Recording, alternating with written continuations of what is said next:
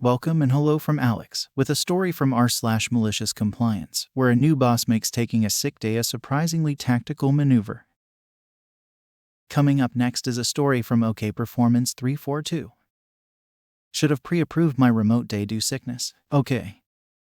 This happened in my old job, and I was reminded it today. Thought it would fit here. In my old job, we had a great boss and hybrid work. If we had any reason not to come to the office, just a message to him, an extra remote day would be approved. Then he was let go. And we got a new boss who was exact opposite of her predecessor. This happened a few weeks after our old boss was let go and his boss became our new boss. One morning I wasn't feeling well, too sick to travel to the office but not too sick to work from home. I had a couple of remote meetings with customers, so it was just easier to me to work while being a little sick than try to reschedule. I spoke with my boss in Slack, and our conversation was like this. Me, good morning. I have a sore throat and a slight fever. I'll be working from home today, so no need to reschedule anything. Boss, our employer handbook clearly states that remote days are Tuesday and Thursday and exceptions need a pre-approved by the manager. I was pissed. Is she really trying to force me to the office even I'm sick? Or what was her motive? But then it hit me, it doesn't matter, and our discussion continued. Me, oh, sorry, that's true. Me, I have a sore throat and a slight fever. I'm unable to come to the office, so I'm taking a sick day. Could you ask someone to reschedule the meetings with customer A and customer B, since I'm recovering at home at least for today? Me, the employer handbook states that I can take 3 sick days in a row without a doctor's note, but I'm willing to make an exception if you want to, and get you one. Do you want it? I was left on read for 10 minutes. She started typing, deleted the text, started again and deleted it again. She was active in our chat for entire 10 minutes until I finally got a response. Boss, no, that won't be necessary. I'll ask someone to reschedule those meetings. Get well soon. My colleagues almost died on laughter when I told them why I'm having a sick day and not just work from home. Our boss didn't like me after that, but the feeling was mutual. I left the company later for a new job, but not before she was fired. Edit, thank you so much for upvotes. Several people are asking for why she was fired. I wrote it in one comment, but I'll write a longer version here. She was commercial director. Last year before she joined the company, it made $606K profit. In her first year, $413K, second year $1K, and she was fired at the end of the third. Numbers aren't public yet, but they are similar to the last year if they somehow managed to stay profitable at all. She had previous experience from companies over 20 times bigger than that, and she was hired to help the company grow to the next level. Unfortunately, her skills were just to implement heavy processes and stiff organizational model. Her commercial department had 7 people working under her, and there was 4 sub-departments: sales, productization, account management, and marketing. 4 in sales, 2 in productization, 1 in account management, and marketing was handled by an outside contractor. We had 26 employees in total. We in sales were completely in new business, and after we had a signed agreement, account management took the contact role. Our former boss was head of sales, and he suggested that salesperson could be the contact for the first year or even handle possible upselling. But the commercial director didn't even let him finish before said no. So the company lost a lot of money when not doing the upsell. It's pretty common that companies start with a small deal with a new software and expand the use step by step. For some reason, this wasn't an option if the customer didn't specifically ask us to provide more licenses. She was there before I was, but during my time she focused on standardizing the sales process, which led to us losing the sales and bringing in less money.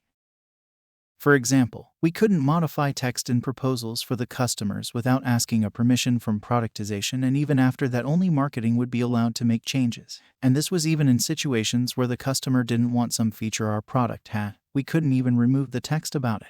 I once counted that my proposal introduced 11 features, and 9 of them were completely irrelevant to the customer. 2 of them were something that the customer had explicitly stated that they didn't want those. This was a software, so it had some features customers didn't use, but they didn't affect the pricing, so it didn't matter.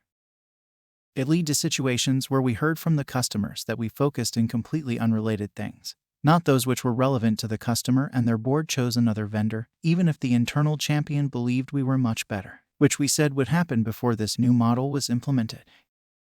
Some other standardizations lead to the situations where owners asked something for us to do something, and we had to decline since we weren't allowed to do that. They respected her role, even when they didn't agree with her decisions, but it's hard to believe that it didn't affect her termination.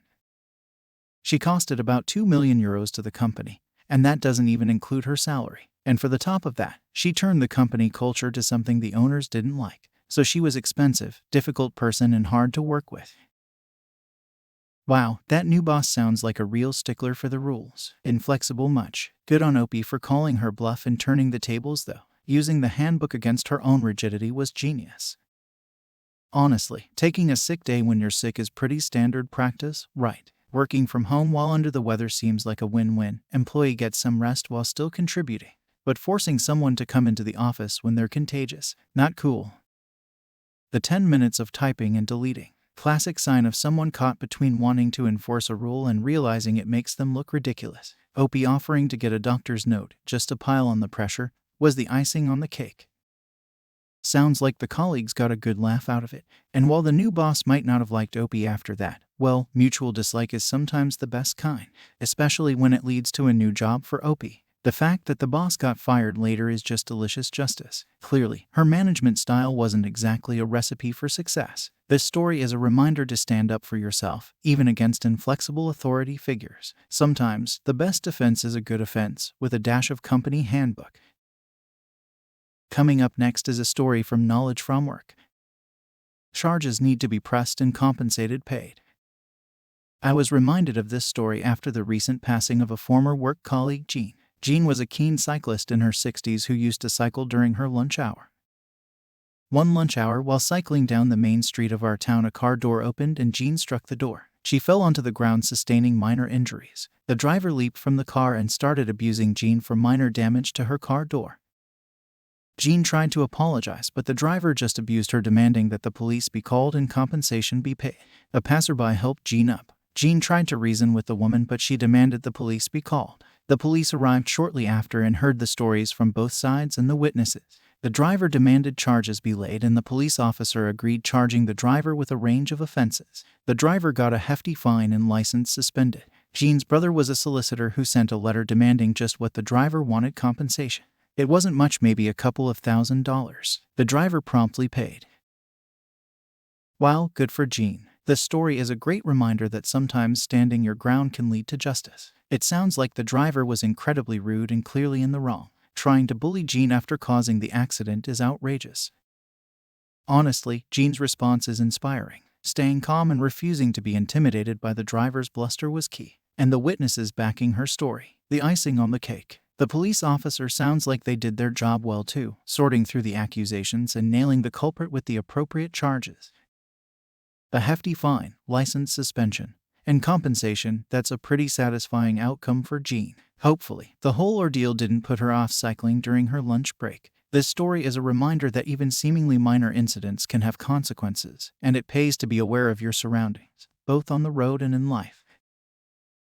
Coming up next is a story from Sweet Secretary 2221, and if you like the video so far, don't forget to like the video. It only takes a second and helps me out a lot. Minor malicious compliance that felt really satisfying.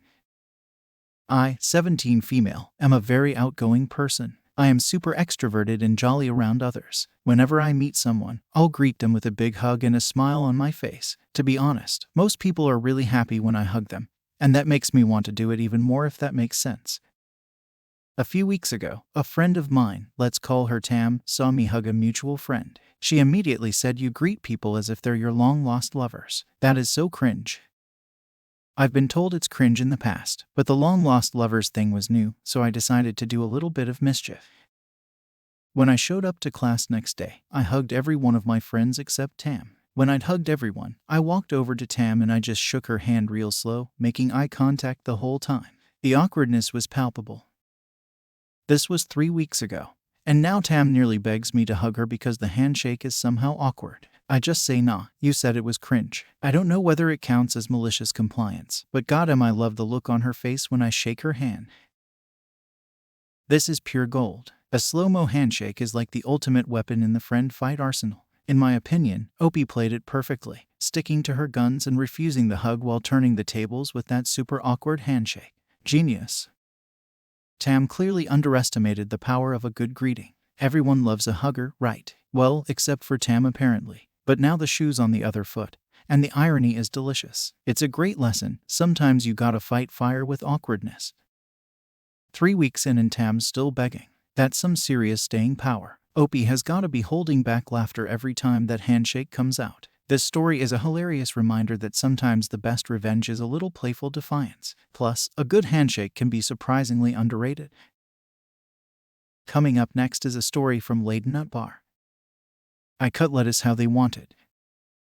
I work somewhere that sells pizza. At my store we do not get the veggies pre-cut. We cut them by hand, minus the mushrooms and black olives. This includes lettuce, tomato, green peppers, and onions.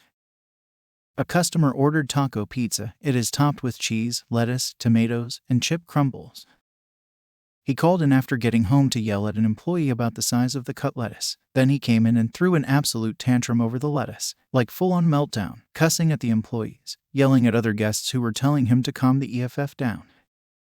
Well, last night he ordered again. In all caps in the notes, he ordered online. He wrote, "Cut the fucking lettuce smaller."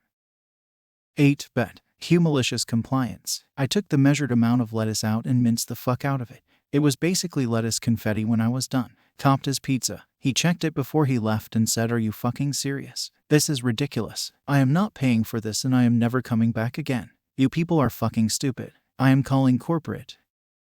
To begin with, it was like 1 inch by 2 inches, so not even that big at all. Literally no one else has ever complained. And the order description says chopped lettuce, not shredded, so we're cutting it to spec anyway. One of our teenage employees quipped to me that if he thinks the lettuce is so big they feel sorry for his wife. Oh man, this is fantastic. Minced lettuce. That's some next level customer service, if you catch my drift. Sounds like this guy needed a reality check. And you delivered it on a silver platter or maybe a pizza box. It's crazy how someone can get so worked up over something so trivial. Like, who even cares about lettuce size that much? Especially when it's a taco pizza. Isn't the whole point the flavor explosion, not dissecting the vegetable configuration? And the best part, he threatened never to come back. Sounds like a win-win to me. Plus, that teenager's comment about the wife. Hilarious. Good on them for keeping a sense of humor in that situation. This story is a great reminder that sometimes the best way to deal with a difficult customer is with a little creativity and maybe a food processor. Coming up next is a story from LunarRay55. Make me feel bad. Get to feel extremely embarrassed. I work in asset financing, for motor vehicles and land mostly. How it works is you find a nice piece of land or a nice car, but you don't have the full asset price. We buy the asset for you and you repay us within a specific period of time, with interest, and we give you the deed to the property after you've cleared the loan with us. I am just laying the foundation here. Well, I got to work at a customer service role for the job, and a client comes to request for his deed, in this case a logbook for his car, as he had cleared his loan. I check and find that his deed is not ready, and I asked him to come back in a couple of weeks. The client didn't want to hear this, as he needed proof of ownership for his vehicle and he wanted the document in that instance. I completely understood the client, though I couldn't do anything other than escalate the issue to the manager of the relevant department in the hopes that he'd figure something out. I went to his office and gave him a brief recap of the situation, and he said I was incompetent and lazy cause I couldn't handle the issue properly, and I have a habit of escalating unnecessary cases to him. This is coming from a guy who doesn't pick calls during working hours and spends most of his time on YouTube and TikTok. He also gets mad when you go to his desk for anything, especially work stuff. He asked me to get the client and watch how easily he could solve the issue. Turns out the client was more than he could handle, cause the client started shouting at him as soon as I'd ushered him to the office. The manager started with the bullshit of "it's the golf causing the delay and he needs to be patient." I was watching this and thought it couldn't get better. The client stood up and slapped the manager and scattered the contents of his desk all over the floor. Other staff heard and security escorted the client out. I'll never forget the looks the manager gave me after things had settled. He rarely speaks to me now and handles my escalations quickly and better. I always have a big ol' smile on my face when I recall this. Wow, that story took a turn. Honestly, that manager sounds like the absolute worst. Getting yelled at for doing your job is one thing, but to call you incompetent and then crumble under pressure himself, unreal. In my mind, Opie handled things perfectly. Escalating to the manager was the right call, especially when the customer clearly needed help. And that client, yikes, slapping the manager might have been a bit much, but it sounds like the guy had reached his limit. The best part, though, knowing that manager learned a valuable lesson, hopefully. Seeing the smug look wiped off his face must have been incredibly satisfying. Opie, if you're reading this, hold on to that memory. You deserve that big smile every time. That wraps up r/MaliciousCompliance. If you enjoyed this content, make sure to visit my Spotify channel, link is in the description, so you can listen to the best Reddit story while being outside, and remember to hit that subscribe button.